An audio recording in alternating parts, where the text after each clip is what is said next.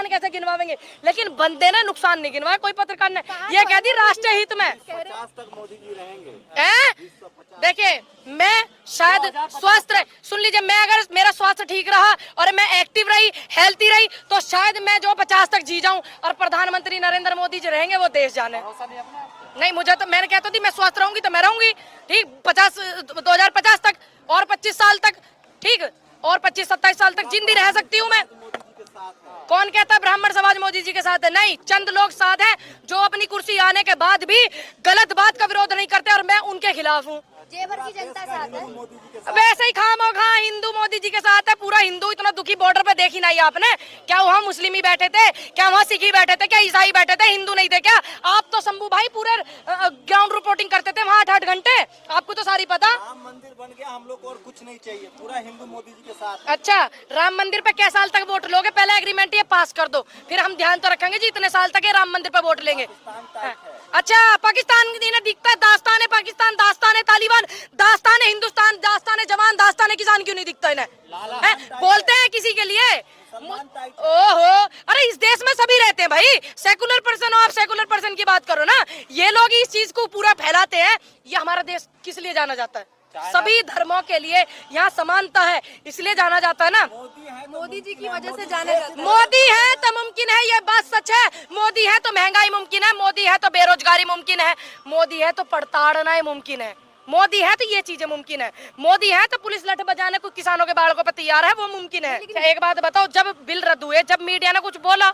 नहीं बोला। जब लखीमपुर कांड हुआ, क्या किसी मीडिया वाले चैनल वाले ने बोला? किसानों को उपद्रव बता रहे थे, सारी चीज गृह राज्य मंत्री के बेटे की हरकत थी, सारी चीज उनके खिलाफ में आई है, सारी चीज उनके एविडेंस उनके खिलाफ है, फिर भी नहीं बोलता मिनिस्ट्री मीडिया। हाँ, दुनिया में डंका बज रहा था। अभी इतने बड़ा पेपर बाहर का, पता नहीं कौन सी कंट्री का था, और उसमें सबसे ज्यादा प्रधानमंत्री जी की आलोचना थी, ठीक। और प्रधानमंत्री ऐसे प्रधानमंत्री हैं जो सोशल मीडिया पे, यूट्यूबर्स पे ज्यादा तंज कसने वाले, नए नए कानून बनाने वाले, उसमें डंका बज रहा है मोदी जी का। हम मान रहे इस बात को। बेरोजगार करने वाले प्रधानमंत्री नरेंद्र मोदी पहले व्यक्ति हैं। देश छोड़, बीवी बच्चा छोड़ दिया देश के लिए। हाँ, बीवी बच्चा, जिस व्यक्ति पे अपनी जिम्मेदारी न निभाई जावे, हमारे यहाँ उसको गैर जिम्मेदार व्यक्ति कहते हैं। बच्चे तो थे नहीं, बच्चे कैसे छोड़? अभी इन्हें पता होगी, मुझे तो बीवी की पता ही।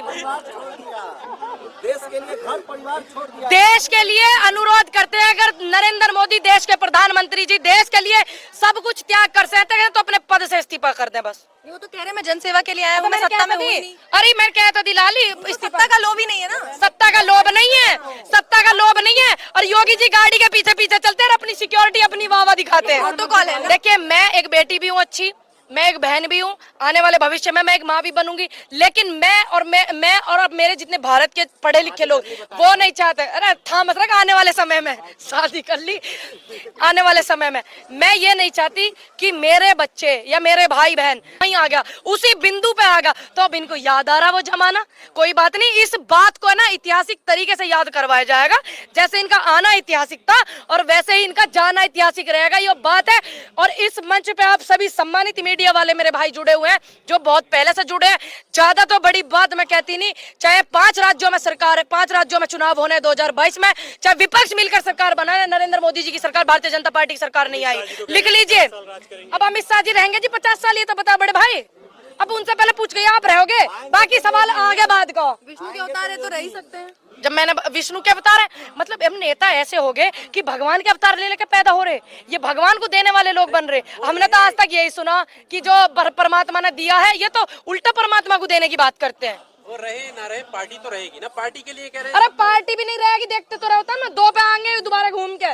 देख लो माहौल क्या बना पड़ा पश्चिम उत्तर प्रदेश में। खतरा कांग्रेस का लग रहा है। देखिए, हमें खतरा जो है किसी चीज का नहीं, हमें खतरा है कि देश में ये दोबारा नहीं आने चाहिए बस। कांग्रेसी ये भारतीय जनता पार्टी, ये कांग्रेसी, अरे कांग्रेसी हूँ, बिल्कुल हूँ। देश को ऐसे ऐसे प्रधानमंत्री दिए, इंदिरा जी जैसे, पंडित जी जैसे, राजीव गांधी जैसे प्रधानमंत्री दिए, देश में सुई ना बने, वो दिया कांग्रेस ने, तो हूँ कांग्रेसी। बताइए क्या आज सारी कमी के लिए जिम्मेदार है। पंजाब में सिद्धू भी तो दिया। अब एक बात बताओ, पंजाब में सिद्धू भी दिए, तब हो रहा ना सेटलमेंट। होने दो तुम यार, होने नहीं देते मीडिया वाले, तुम बात को बवाल फैला दो। सुन लीजिए, अब एक बात बताओ, जो चप्पल हवाई चप्पल वाला व्यक्ति हवाई जहाज में बैठाने की बात करे और उसके बावजूद भी ऐसे सिस्टम में आ जाए तो कितनी गलत चीजें हैं। देश का किसान के यू दुर्भाग्य है, उसकी किस्मत में लिख रहा कि वो बोतल में रस्सी बांध के पैर है। ये देश के इतिहास की सबसे ज्यादा खतरनाक तस्वीर थी जो वायरल हुई, जिसके बारे में आप जिक्र कर रहे हो। तो देश में वैसा होगा?